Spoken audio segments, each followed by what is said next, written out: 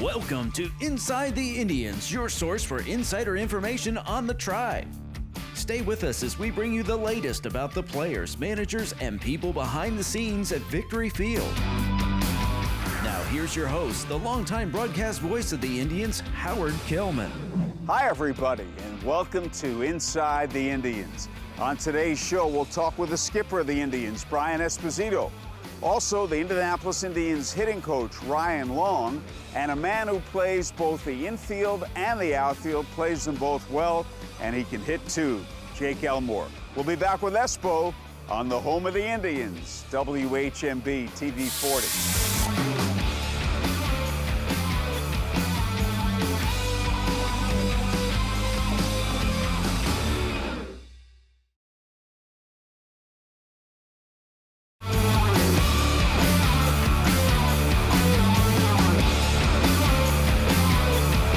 Esposito, the manager of the Indianapolis Indians, our first guest on Inside the Indians. And Espo, let's go back to the Sunday afternoon game in Toledo. You'd lost 3 in a row. Immediately in the first inning, Toledo has 2 on, no out. Then Will Craig makes a fine play to get the middleman on a force. And then you come up with a play that you can go years without saying, that big double play. I thought that inning was huge. Yeah, you know, we had some struggles on some defense in those 3 games that we lost. You know, we gave away a few outs. This was an opportunity for us to actually steal an out. Bad base running mistake by their club, and we were able to capitalize on it and basically sunk their ship in the first inning right there because, you know, that was a huge play for us. We got out of trouble. It gave Agrizal the boost that he needs, and then the offense was able to take over from there. Just to recap, man, Willie Castro is moving on the play. Fly ball to deep right field. Nice play by J.B. Shuck. And you double up, not only do you double up Castro at first, who didn't, as you said, a mistake, wasn't aware, but you do it before the man crosses home plate so the run doesn't count. Right, and that comes down to effort, you know. It just really talks about why we do what we do on the field at all times. When we talk about getting down the line or running as hard as you can through the plate, you know, those are situations that come back to haunt you there, you know. Maybe you think that you have a routine sac fly and you don't run hard through the plate, but you don't realize what's going on in front of you. Lack of effort turns out to be our fortune right there, so we're in a good spot. No matter how many games you play, you know, nobody can be perfect all the time. You're going to have a rough day, but for the most part, this club plays very good defense. I think it's a tribute to you because you really have to focus when you're on defense. Yeah, you know, we put a lot of effort into it, you know. So nowadays, the game, they'll say that, you know, you look at it's a lot of offense, a lot of home runs. It's about scoring runs, which may be true. The offense, you know, is important in this game, but, you know, you don't have to be as good on offense if you keep them off the board as well. So, you know, good pitching and really good defense will make your good pitching stand up. But I think that when you have a unit of defense that goes out and play the way that we play, it provides a level of confidence for the pitchers that we have. So if you have a good pitcher and you got him some confidence, man, he becomes a great pitcher. And I think that that's what we've been breeding here is just a lot of guys are going out and attacking the strike zone because they know that balls that are in play will be turned into outs. So they trust what's going on behind them, and they have the confidence to throw the ball over and not walk guys and not give up many 3-run homers. So we've been playing good defense. But we take pride in it. So, speaking of good pitchers, you mentioned Dario Agrizal a few moments ago. He didn't start the year here, but he has come on. Tell us about him. Yeah, he's a guy that I've seen come through the system. I had him a couple years back in A-ball. You know, he was a sinker baller, get the ball on the ground, but, you know, he's really starting to step up. He's getting a little bit more mature in terms of his physique and how he goes about his body.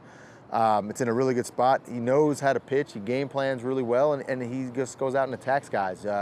He'll give everything he has on every given pitch, and he'll leave it all on the field. So when you have a guy with that kind of confidence in his stuff, where he might be a little bit light on some off-speed stuff, but, you know, it certainly picks up on his attack mentality. So he's in a really good spot as well. What are your thoughts on the fact that the ball is now the big league ball? It's lively. Last year, the Indians hit 6 home runs in April, 32 home runs this month. Your thoughts on that? Yeah, I mean, you could see that there's a little bit of a difference. It might be wound a little bit tighter. Early going, it was hard to rub it up, and they were a little bit slicker, so the amount of walks, I think, were up in the league until they figured out the right recipe to rub balls up and get them prepared for the game. But as far as, you know, it is what it is. You know, it's going on in the big leagues. I like the fact that we're using the same ball as our major league club is using because it's easier for these guys, mostly pitchers in my opinion, to transition from the AAA game to the big leagues, especially guys that are sinker ballers, guys that have really good off-speed pitches. You know, the feel of a baseball could certainly either mask or hide some of the stuff that you were able to do with it. Guys weren't able to command their stuff as well when they went up to the big leagues last year. This year, I think it's an easier spot to be able to take what they're doing here and have, you know, an easy transition to the big leagues. It becomes seamless. You talked about the defense earlier. Your overall thoughts on the team's hitting? We score runs. We know what we're doing. We're a very good answer team. You know, there have been a lot of times where we've gotten hit in the mouth and then we've bounced right back and put up, you know, either the equal amount or chipped away right in the very next inning. So we know what we're doing. We go out and we have a little bit of a balanced attack. We can run a little bit. We can swing a little bit. There are days where we can out-homer you. There are days where we're going to have to bunt some guys over and do some things, but we always look to score some runs some way, somehow. I think that game in Toledo we were referring to, what I also like, not only that first inning defensively, you kept adding on. And when a team adds on, when it has the lead, that's a special thing. Yeah, it's not about scoring runs. It's about continuing to add on. In my opinion, that's how you dig a hole for your opposition. Just continue to add on, even if it's 1-2, an inning here and there. Find ways to push runs across, and you lengthen out that distance between. And guys usually either tend to give away their at bats or try to do too much with their at bats. So again, making our defense, making our pitching that much more important. But add-on runs will certainly do that to your opposition. Give us your overall feelings on the pitching staff. We're in a good spot. These guys. There's been a lot of turnover. Guys are up, guys are down, guys are back, guys are going back and forth. But some way, somehow, these guys are always taking the ball and they're ready to compete, no matter who it is, where they came from, whether it's back down or back up, or they've been here. You know, so I give these guys a lot of credit for just towing up the slab and getting after it. This is what makes your job so challenging. Unexpectedly, all these injuries the Pirates have had. Yeah, you know, it's been injuries and. You know, a couple nights, it might be something else. You know, it is what it is. You know, as long as I got 9 guys that want to go play the game and I got some pitching in the bullpen that can help out, we'll be in a good spot. You have to deal with so many different variables because of that. Yeah, you get to deal with them. You know, I think that's the fun part of my job is that, you know, it's easy to have a set roster full of guys that are able to compete and belong in the big leagues, but they're blocked and they can't get up there. You know, you should win with those guys. The fun part is to see the guys that aren't, the ones that go up, the ones that come back down, that have been hit in the mouth a little bit, and to see where they go and how they work their way back. So that's the fun part. They can react one of 2 ways. They can say, I've done it here before. Sometimes the guy's confidence is a little shaky. Yeah, you know, everyone's on a path. You know, guys coming down usually are searching for something. Guys on the way up, they could be in the same way too if they're having good years and then the phone hasn't rung for them yet. So you have a lot of different emotions. You have a lot of guys in a lot of different places.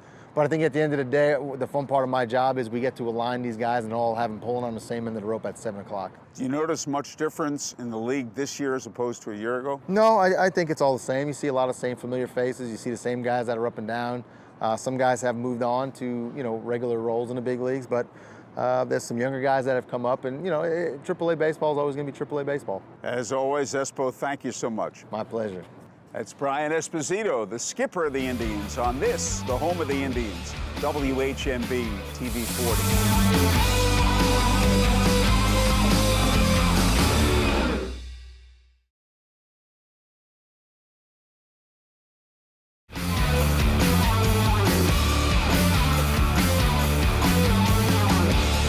We always look forward to speaking with Ryan Long, the Indianapolis Indians hitting coach. Ryan, the guys are swinging the bats pretty well. Yeah, you guys coming along. Been I'd say, you know, been consistent all year. It seems, you know, pretty much. Had some ups and downs, but through it all, been really consistent. You know, looking for that big breakout game, which we still haven't had yet. But with that being said, you guys are competing well. Like I said, very, very consistent 1 through 9. Let's talk about Pablo Reyes. We were talking about him off the air a minute ago. He's doing really well. Yeah, Pablo, you know, started in the big leagues. Obviously, came down here, struggled a little bit. As guys do sometimes, and now you've seen him kind of settle in, and like you said, he's swinging well. He's gotten hot. You know, basically him started for simplifying his approach and just getting focused on one thing, which for him was just rhythm and timing to the fastball. And then now you've seen him kind of settle in, and he's in a much better spot. It's another example of how big a role confidence plays, because he started here 4 for 42. Wow. And then he got 3 hits in a game that was on the road. And he hasn't stopped hitting yet since. Yeah, I mean, belief, confidence, you know, whatever you want to call it. You know, I think that's our strongest ally as a hitter, especially just the part of belief. You know, I believe I can do something. I believe in an approach, whatever it is, and that's what we try to, you know, continue to get guys on. You know, what are you going to go with tonight? What do you believe in? What are your strengths? And let's continue to work on those. Even great hitters have slumps. It happens to everybody. What do you say to a player when he is struggling? I say like Yogi Berra said, you're not in a slump. You're just not getting any hits right now. No, you try to. Tomorrow. Yeah, you try to get them focused on something more than results. You know, that's all it is. They see the results. They see the lack of hits. They see the batting average on the big scoreboard going up and down. So we continue to try to push them to, you know, the quality of the bat, and then just the overall, you know, how to simplify the at bat. So what am I looking to do this at bat? Can I do what I want to do? So within that, if I'm controlling the at bat more, then I can build some trust and build some confidence moving forward. Kevin Kramer, like Pablo Reyes, is in his second year in Indianapolis. Your thoughts on Kevin? Yeah, Kramer, you know, again, off to kind of a slow start a little bit. And we went up for a week and came back, so a little inconsistency there. But now that he's settled in, yeah, he's doing some things, doing you know, driving the ball like he's capable, which made him his unique thing. A special player is that he's a middle infielder, a second baseman that can drive the ball different parts of the field. So he's gotten back to doing that, simplified. Controlling his approach, and basically, again, doing what he wants to do at the plate, which right now is just kind of swinging at what he wants to swing at. So that's a big thing. Generally speaking, when you're with a guy for a second year in AAA as opposed to a first, what's the difference in the player usually? I mean, obviously, you got a working relationship with him, so you know, maybe some of the tendencies you're able to help them out and kind of work with them quicker in that way. So. That's the big thing, you know. Then the other thing is, you know, guys know him more in the league now. So the way he's attacked, the way he might be approached, you know, guys are going to have a better plan. So we got to continue to have a plan, you know, to combat that. So there always has to be an adjustment coming to AAA because a lot of these guys are seeing veteran pitchers, guys 30, 31, 32 years old that they haven't seen before. Yeah, sometimes. I mean, and you know how it is at this level too. Is you know, some nights you don't know who you're going to face that night. You might have your starting pitcher go up to the big leagues that night. So. Things change day to day here, and obviously week to week. But you know, getting back to your strengths, what am I going to do well? What do I do well? What makes me good? Why am I here? That type of stuff. So, kind of getting them back to those key points. Cole Tucker has just been optioned back to Indianapolis. Started the season here, and just joining the club. Tell us about Cole. Yeah, Cole, you know, a very athletic kid. Obviously, like you said, did some nice things for our big league club. Helped them win some games up there defensively. Learned some things offensively, I think, and. So yeah, I mean, very exciting player. Obviously, can do a bunch of good things on the field, run, hit, field, and then energy. You know, that's probably the best. You know, my favorite thing about him is just the energy he brings on a daily basis, just to get better and make people around him better. So, obviously, we want him in Pittsburgh, helping us win there. But while he's here, we're going to continue to get him better and hopefully get him back there as soon as possible. And he had been swinging the bat much better the last few weeks in Pittsburgh too. Yeah, he's made some adjustments which he needed to make. I think he's learned some things about himself for the better. So. Yeah, we'll continue those adjustments here, and you know, like I said, hopefully get him going and get him back. When was it that you decided? During your playing career, did you say, "Hey, I may want to stay in this game as a coach"? You know, honestly, Howard, in my last year, I hit 20 homers, and I always knew I wanted to coach, but I didn't think it'd be the year after that. Wow. So, I don't think you ever know exactly when the time is. You know, you don't know when that time's going to come. So we tell the players, you know, you got a special opportunity. Your playing window is somewhat small. They feel like it's huge a lot of times, but it's small. So let's go ahead and go out there and give it everything you got, effort-wise. And but you know, I kind of always knew I wanted to be a coach. You know, something I knew. Wanted to help players. But yeah, I don't think you ever really know when you're playing exactly when it's going to happen. You've been a hitting coach in A, AA, and AAA. What's the difference in the AAA level? I mean, definitely the personalities of the player as they continue to grow and they evolved, and they took ownership of their career. I think that's probably would be the biggest difference in these guys, and you know, having more ownership of what they want to do, what they want to accomplish. Still need help in it, and you'll still need some guidance, but it's more, you know, you're walking beside them more than you are in front of them, maybe in the lower levels, so to speak. So that's probably one of the biggest differences. I think also at this level, you're dealing occasionally with a J.B. Shuck, with a guy who's 30, 31 years old, as opposed to dealing with someone who's just come up from AA. Yeah, I mean, you may have that.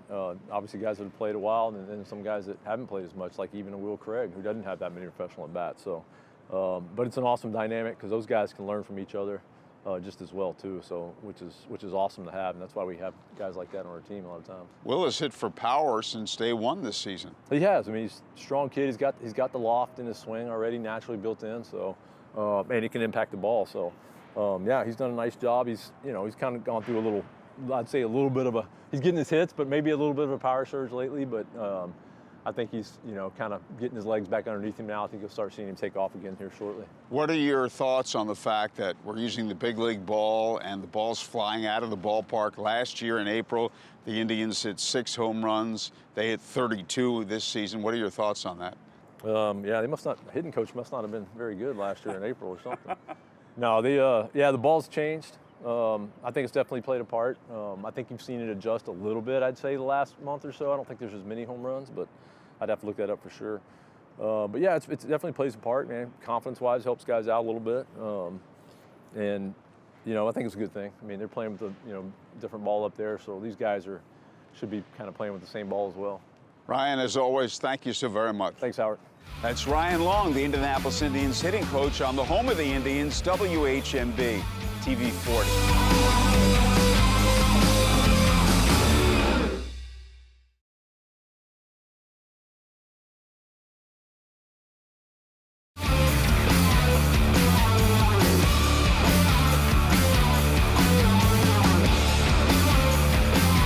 Infielder, outfielder Jake Elmore has had a terrific season.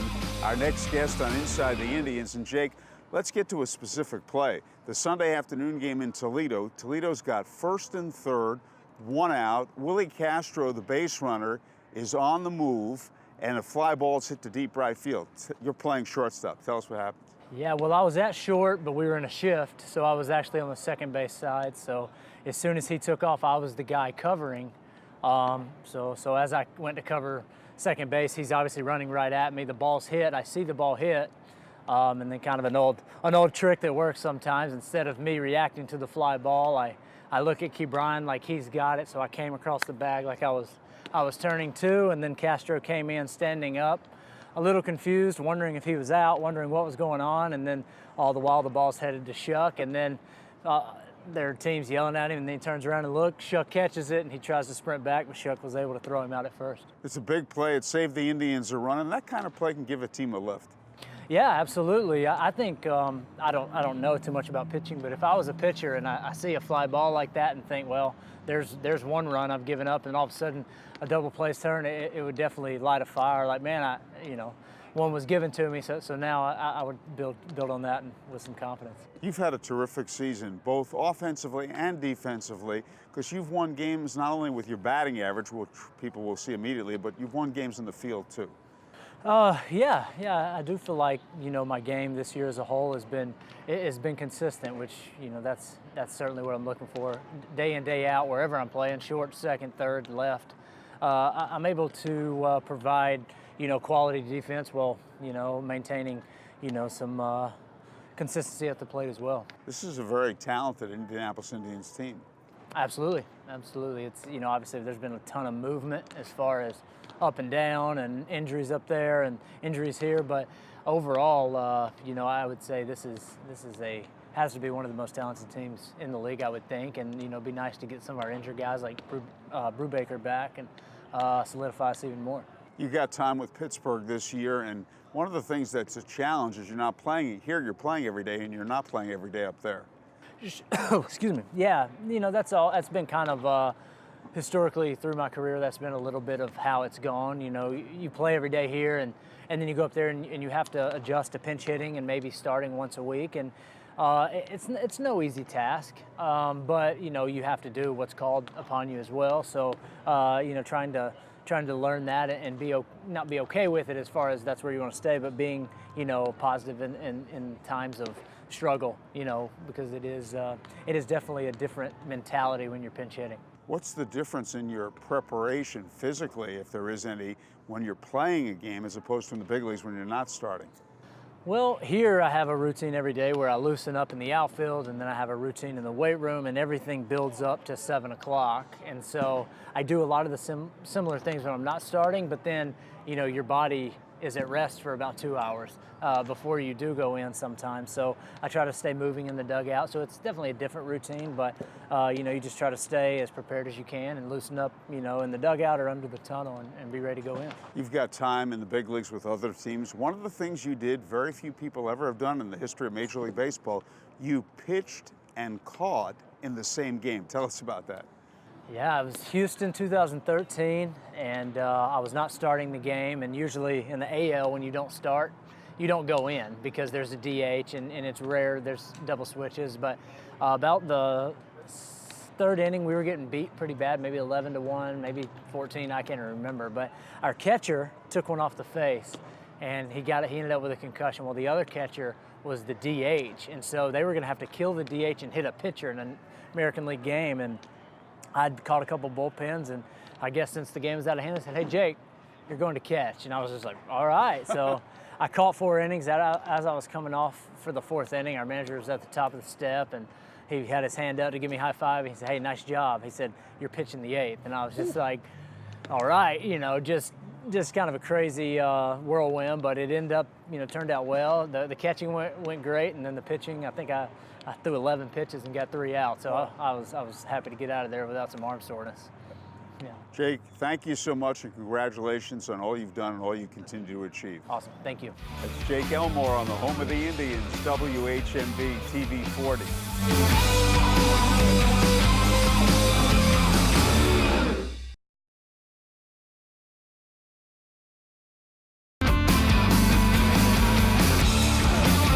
We'd like to thank our guests, Brian Esposito, Ryan Long, and Jake Elmore. See you next week on Inside the Indians.